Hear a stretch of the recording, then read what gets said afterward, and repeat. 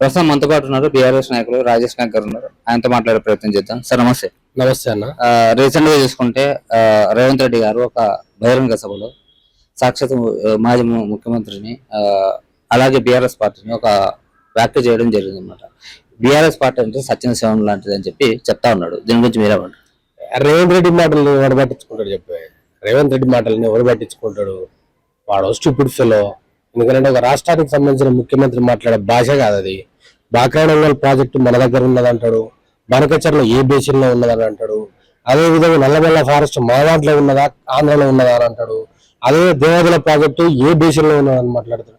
అట్లాంటి ఏం తెలియతో ఒక దద్దం ఎవరైతే ఉన్నాడో రేవంత్ రెడ్డి ఏం మాట్లాడినా మనం పెద్ద పట్టించుకోవద్దాను, పెద్ద సీరియస్ తీసుకోవాల్సిన అవసరం లేదు. తెలంగాణ రాష్ట్రంలో ఆయన ముఖ్యమంత్రిగా మరి మీరు మీడియా వాళ్ళు కన్సిడర్ చేస్తారు కావచ్చు, కానీ జనాలు అయితే కన్సిడర్ చేస్తలేరు, యాంకర్లు కన్సిడర్ చేస్తలేరు, యాక్టర్లు ఆయన పేర్లు కానీ ఆయన కానీ గుర్తుపడట్లేదు. కనీసం ఒక పేద సభలో నడుచుకుంటూ పోతా అంటే ఎవ్వరు కూడా నిలబడే పరిస్థితి కూడా కనబడతలేదు. సొంత ఆయనకు సంబంధించిన మంత్రివర్గంలో ఉన్నటువంటి మంత్రులు సైతము వీళ్ళు వచ్చినప్పుడు నిలబడలేకపోతున్నారు. అదే విధంగా కాళ్ళ మీద కాళ్ళు వేసుకొని కూర్చుంటా ఉన్నారు. ఆయన అంటే రెస్పెక్ట్ ఇస్తలేరు, ఆయన ముఖ్యమంత్రి కన్సిడర్ చేస్తలేరు.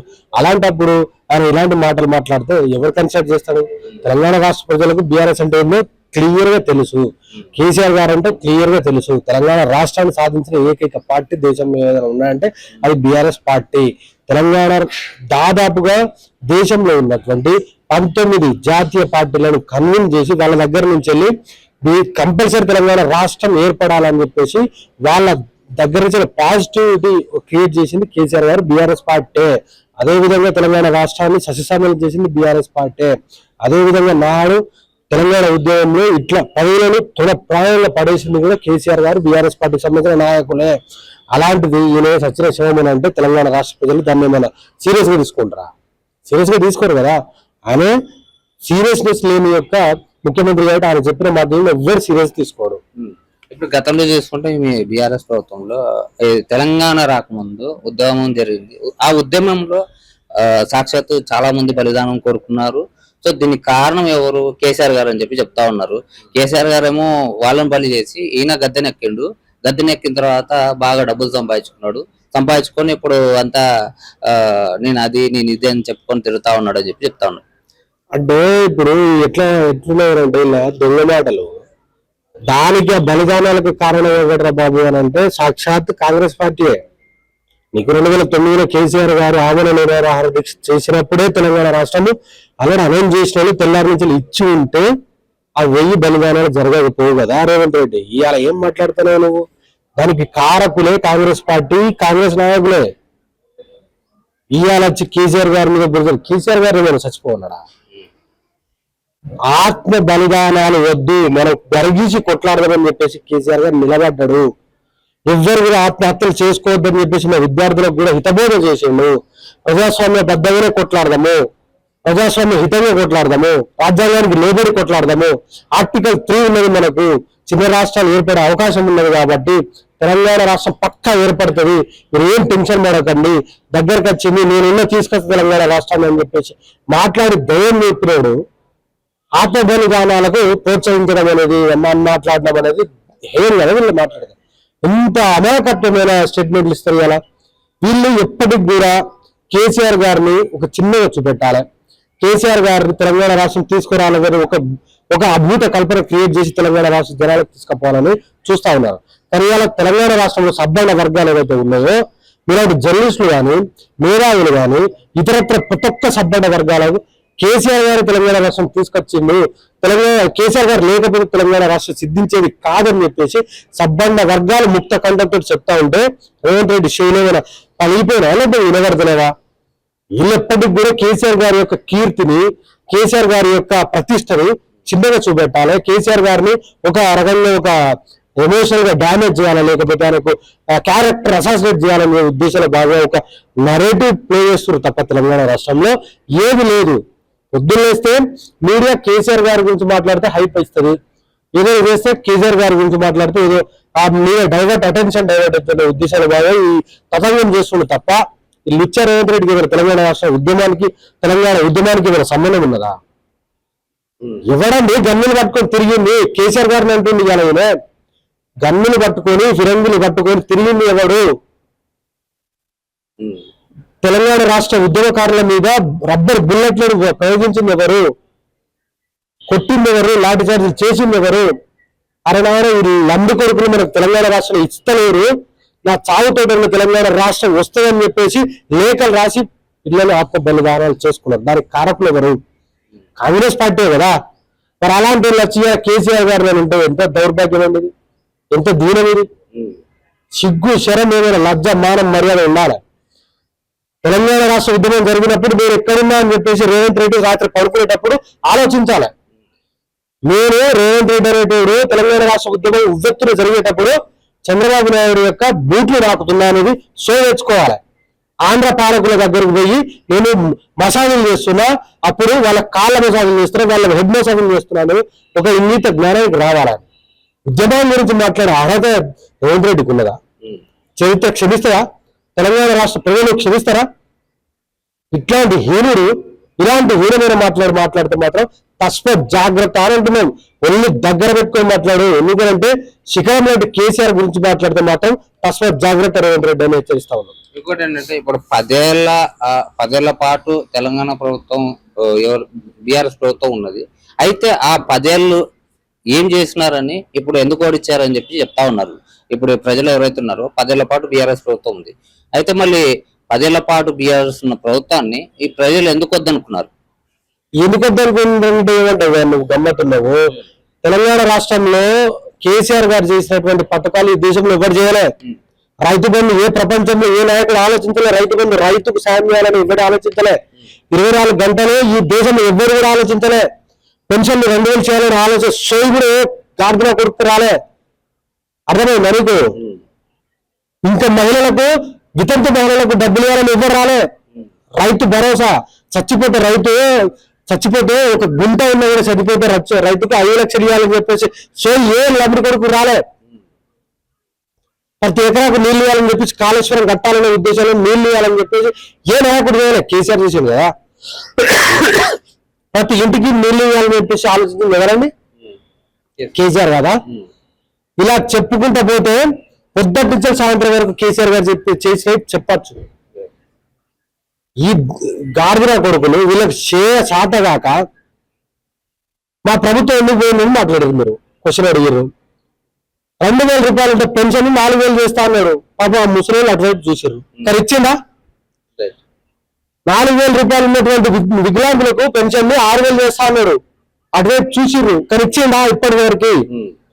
అలాంటి నిరుద్యోగులకు 2 లక్షల ఉద్యోగాలు ఇస్తా అని చెప్పాడు కదా. ఇచ్చిందా రేవంత్ రెడ్డి? నిరుద్యోగ వృత్తి 4500 రూపాయలు ఇస్తాన్నారు కదా. ఇచ్చిందా రేవంత్ రెడ్డి? మహిళలకు స్కూటీలు ఇస్తాన్నారు కదా. ఇచ్చిందా రేవంత్ రెడ్డి? కిలో బంగారం ఇస్తాన్నారు కదా. ఇచ్చిందా రేవంత్ రెడ్డి? ఎక్కడ వేసాడు? దాదాపు 40% రుణమాఫీ ఇంకా చేయలేదు. ఇళ్ళల్లో చేయలేదు. ఆ సోయి ఆయనకు కూడా క్లారిటీ ఉన్నది. ఒక సభలో అన్నాడు, నేను రుణమాఫీ మొత్తం చేసిందా లేదో నాకే క్లారిటీ లేదు, నేను నాకే తెలియదని అన్నాడు. అంటే ఆ స్థితిలో ఇవాళ ఆ యొక్క కాన్షియస్ లో రేవంత్ రెడ్డి అనేటోడు ఉన్నాడు. ఇలా చెప్పుకుంటూ పోతే వేలు హామీలు ఇచ్చారు వీళ్ళు. అడ్డమైన హామీలు, 6 గ్యారెంటీలు 420 హామీలు ఇచ్చి ఇవాళ జనాలను ఒక సైడ్ ట్రాక్ చేసి వాళ్ళని ఒక రకంగా ఒక ట్రాప్ లో పెట్టి మార్పు అని చెప్పేసి ఒక రకమైన తతంగం తీసుకొచ్చి అరే వీళ్ళు ఏదో అంటున్నారు, చేస్తా అంటున్నారు కదా, వీళ్ళకి ఒక అవకాశం ఇద్దామని చెప్పేసి జనాలు జస్ట్ 1.5 అంతే. జస్ట్ ఆ ఓట్ షేర్ అటు ముఖాన చూస్తే ఇవాళ ఈ గార్దుల కొడుకులు గద్దెనెక్కి కూర్చొని ఇవాళ ఈ పక్కన ఉన్నటువంటి సెంటర్ ఆ టవర్ నుంచి ఎంజాయ్ చేస్తున్నారు తప్ప నా తెలంగాణ రాష్ట్రంలో లగచర్ల ఇష్యూ జరిగింది, హైదరాబాద్ సెంట్రల్ యూనివర్సిటీ జరిగిన ఇష్యూలు జరిగినాయి, బరకచర్లకు సంబంధించిన ఇష్యూలు జరిగినాయి. ఇలాంటి ఇష్యూల కారకులు రేవంత్ రెడ్డి.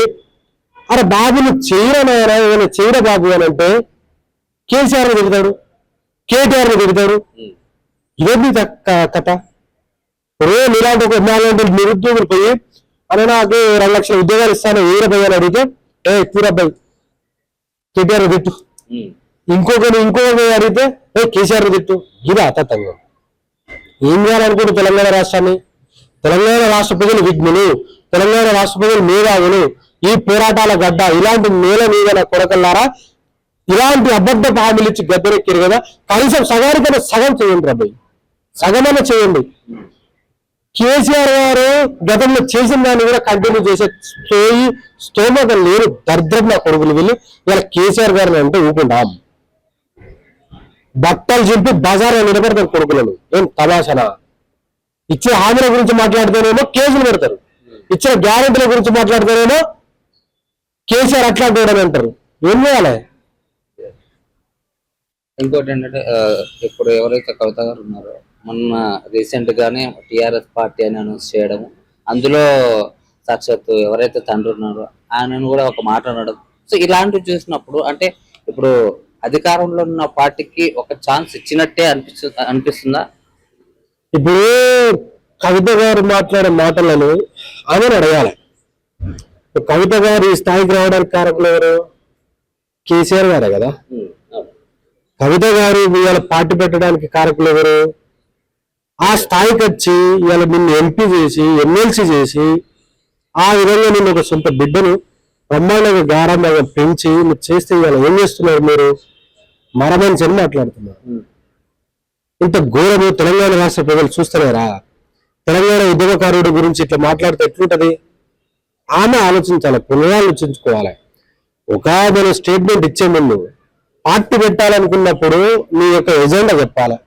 తెలంగాణ రాష్ట్రానికి నువ్వు ఏం చేయాలనుకుంటున్నావు చెప్పాలి.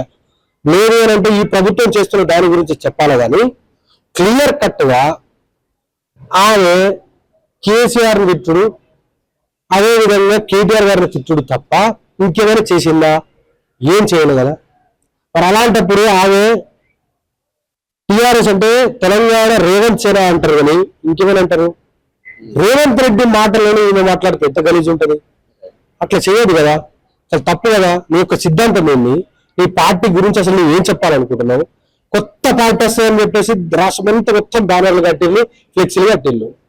కానీ కొత్త పార్టీ ఎందుకు ఎత్తున్నారు? టీఆర్ఎస్ అనే పార్టీ పెట్టినా కానీ ఇదెక్కడి కథ? మళ్ళీ కింద కూడా తతను ఒక అసోసియేషన్ అని పెట్టిల్లు. క్లారిటీ లేదు, వాళ్ళు కన్ఫ్యూజన్ లో ఉన్నారు.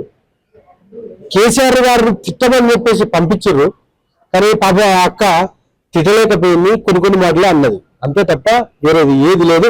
ఇప్పటికైనా మనసు మార్చుకొని తెలంగాణ రాష్ట్రంలో జరుగుతున్న దురాగతాల గురించి ప్రశ్నించడం మాట్లాడాలి. తెలంగాణ రాష్ట్రంలో కాంగ్రెస్ పార్టీ ఇచ్చినటువంటి హామీల గురించి ఆ పార్టీ యొక్క సిద్ధాంతంలో వాళ్ళు మాట్లాడాలి. తెలంగాణ రాష్ట్రంలో కాంగ్రెస్ చేస్తున్నటువంటి దౌర్జన్యాల మీద ఈ యొక్క కవిత గారి పార్టీ మాట్లాడాలి తప్ప అభివృద్ధి చేసి తెలంగాణ రాష్ట్రాన్ని సంపాదించినోడు, ఒక తెలంగాణని బౌండరీ సెట్ చేసిన ఒక మహానుభావుడిని పట్టుకొని ఇట్లాంటి మాటలు మాట్లాడితే తెలంగాణ రాష్ట్ర ప్రజలు క్షమిస్తారా అండి? ఇదే మీ లెజెండ్కి సంబంధించిన మైకు కెమెరా తీసుకొని ఊళ్ళలోకి పోవడం, అడుగుదాం. కవిత గారు మాట్లాడిన మాటలను ఎవరైనా సమర్థిస్తున్నారా అని చెప్పేసి మాట్లాడండి, అడగండి. ఏ ఒక్కరైనా సమర్థిస్తే నేను దీనికంటే దానికి సిద్ధం. ఎందుకు అంటే జనాలు అంటున్నారు కదా, స్వయాన తండ్రిని కించపరిచినట్టు మాట్లాడిన ఆమె తెలంగాణ రాష్ట్ర ప్రజలకు ఏం చేస్తుంది? ఏం మంచి చెప్తుంది? మరి ఏం సందేశం ఇవ్వబోతున్నాం తెలంగాణ రాష్ట్ర సమాజానికి అని చెప్పేసి తెలంగాణ రాష్ట్ర ప్రజలు ఆలోచిస్తున్నారు కదా. ఒక తండ్రిని కుటుంబ సభ్యుడు నిన్ను కన్న తండ్రిని నువ్వు ఇలా మాట్లాడుతా అంటే తెలంగాణ రాష్ట్ర ప్రజలు ఎట్లా క్షమిస్తారు? కాబట్టి తెలంగాణ రాష్ట్ర ప్రజలు ఈ విజ్ఞులు ఇట్లాంటి పేద ఎక్స్పెక్టేషన్ మీద పెట్టుకోవాల్సిన అవసరం లేదు.